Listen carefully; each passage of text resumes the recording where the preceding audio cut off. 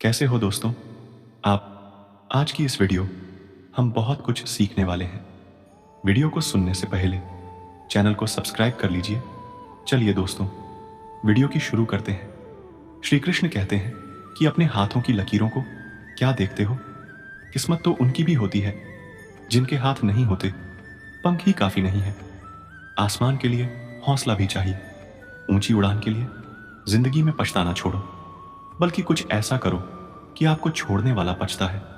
समय और शब्द दोनों का उपयोग लापरवाही से मत करो। यह दोनों ना तो दोबारा आते हैं और ना दोबारा मौका देते हैं। कभी कभी समझ नहीं आता है कि अच्छे इंसान के साथ किस्मत हमेशा बुरा खेल क्यों खेलती है। कितने अफसोस की बात है कि जब कहीं वफादारी का जिक्र होता है तो हम इंसान कुत्तों की मिसाल देते हैं। करेले से कड़वे लोग मुसीबत में अक्सर काम आ जाते हैं और शक्कर से मीठे लोग वक्त पर अक्सर धोखा दे जाते हैं। जिन्हें आपके दर्द का एहसास ही ना हो, उनसे शिकायत करना बिल्कुल बेकार है। हर इंसान की दो कहानी होती है, एक वह जो सबको सुनाता है और दूसरा वह जो सबसे छुपाता है। मौन सबसे अच्छा जवाब है उस इंसान के लिए जो आपके शब्दों का मोल नहीं समझता। जीवन में अपने आप को मजबूत बनाए। दूसरों के भरोसे बैठे रहना आपको बर्बाद कर देगा। मेरा गुस्सा और मेरा प्यार सिर्फ उन लोगों के लिए है जिन्हें मैं अपना समझता हूं। आजकल लोग हक तो जताना जानते हैं, लेकिन रिश्ता निभाना नहीं जानते। जो प्रयास करना नहीं जानते, उन्हें सारी समस्याएं बड़ी लगती हैं। मुझे इंतजार है जिंदगी के आखिरी पन्ने का। सुना है कि आखिर में सब कुछ ठीक हो जाता है। श्री कृष्ण कहते हैं, आप किसी को भी अपनी जिंदगी का सबसे जरूरी हिस्सा मत बनाइए, क्योंकि जब वह इंसान बदलता है तो आप उनसे नफरत नहीं करते, बल्कि अपने आप से नफरत करने लगते हैं। बात बात पर गुस्सा करने वाले लोग वही होते हैं जिन्हें खुद से ज्यादा किसी और की फिक्र रहती है। पता नहीं क्यों छोड़कर चले जाते हैं। वह लोग जिन्हें हम जिंदगी समझकर कभी खोना नहीं चाहते। दोस्त वह होता है जिनके साथ बातें खुलकर की जा सके, ना कि संभल कर। तनाव, उदासी और बेचैनी इंसान को तभी होती है जब वह खुद के लिए कम और दूसरों के लिए अधिक सोचता है। संयम रखना जिंदगी के सामने रोने से कई गुना बेहतर है। लोग कहते हैं कि दर्द बताने से कम होता है, मगर यहां जिसे भी अपना दर्द बताओ वही लोग मजे लेते हैं। सबको अच्छा समझ लेना, बस यही सबसे बुरी आदत है। मेरी आपके पास बस पैसा होना चाहिए, क्योंकि यहां भावनाओं की कोई कदर नहीं है। जीवन में सबसे बड़ी खुशी उस काम को करने में है जिसे लोग कहते हैं आप नहीं कर सकते हैं। मुझे परवाह नहीं है कि लोग क्या कहते हैं। मुझे नजरें खुद से मिलानी है, लोगों से नहीं। दर्द सहने वाला ही जानता है कि दर्द कितना गहरा है। आज के जमाने में ज्यादा अच्छा होना बिल्कुल भी अच्छा नहीं है। गिराने वाले अगर अपने हो तो संभलने में बहुत वक्त लगता है। आज के जमाने में लोग अपनी कदर तब करते हैं जब उनको आपकी जरूरत होती है। खुश रहना सीखो, इससे पहले कि उदास रहना आपकी आदत बन जाए। आदमी बड़ा हुआ, छोटा कोई फर्क नहीं पड़ता, उसकी कहानी बड़ी होनी चाहिए। एक बात हमेशा याद रखना कि दुनिया की कोई भी परेशानी आपकी हिम्मत से बड़ी कभी नहीं हो सकती। चुप रहना अच्छा होता है, लेकिन जब आपके साथ अन्याय होता है तब आपको जरूर बोलना चाहिए। जिंदगी हमेशा एक नया मौका देती है। सरल शब्दों में इसे आज कहते हैं, जिंदगी में लक्ष्य पर पहुंचने से पहले अपने दिमाग को लक्ष्य पर पहुंचाना पड़ता है। गिरना भी जरूरी है, इससे हमारी मेहनत की पहचान होती है। एक बात याद रखना, अपने लक्ष्य के बारे में कभी किसी को मत बताना। दूर रहना है मुझे उन सबसे जो मेरे साथ रहकर भी मेरे साथ नहीं है। जो तुम्हारा मूल्य ना समझे उसके सामने कभी जबरदस्ती अपना प्रेम मत दिखाओ। मुझे किसी के बदल जाने का कोई गम नहीं है, बस कोई था जिससे यह उम्मीद नहीं थी। झूठ सुनने में भी मजा तब आता है जब सच आपको पहले से पता हो।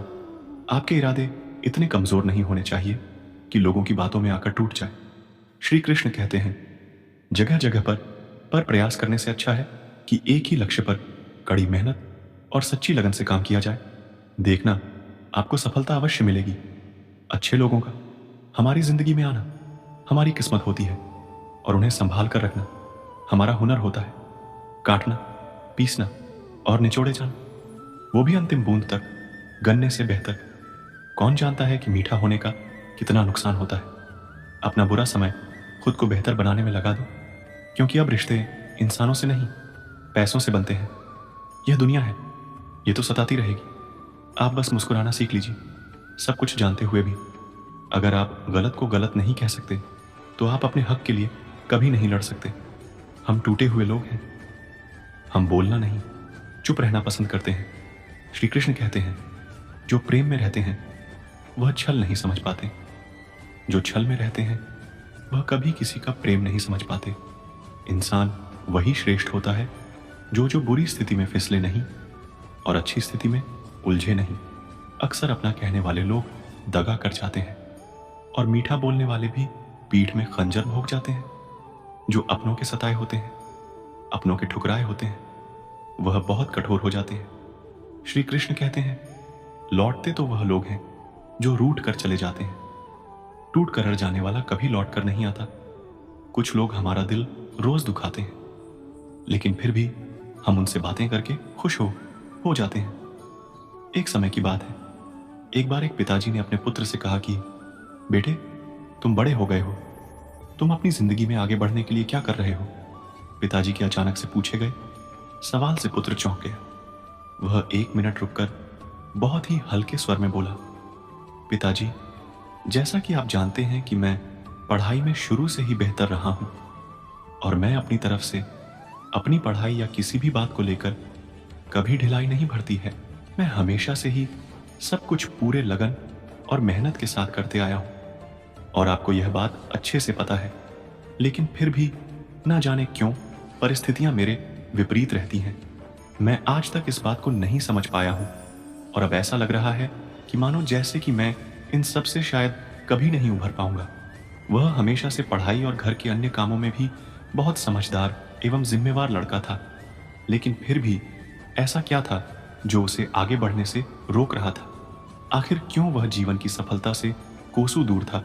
उस लड़के के पिताजी ने उसे एक बड़ा सा हथौड़ा लाने को कहा। वो लड़का भागते हुए गया और अपने पिताजी के कहे अनुसार एक हथौड़ा ले आया। फिर उसके पिताजी ने उसके सामने 3 वस्तुएं रख दी। जो सबसे पहली वस्तु थी वे एक चमड़े की बॉल थी, और दूसरी वस्तु कपड़े की बॉल थी, और तीसरी सबसे आखिरी वाली साधारण बॉल थी। उसके पिताजी ने पूरी जान लगाकर तीनों बॉल पर वार करने को कहा। उसने ठीक वैसा ही किया जैसे उसने पहली बॉल पर वार किया। वह थोड़ी सी टूट गई। जब उसने कपड़े वाली बॉल पर वार किया तो थोड़ी सी फटकर एक दूसरे से अलग हो गई। फिर उसने तीसरी बॉल पर भी उतना ही तेजी से वार किया। वो ना टूटी ना फटी, बस उछलकर दूर जा गई और उसके बाद भी उछलते ही रही।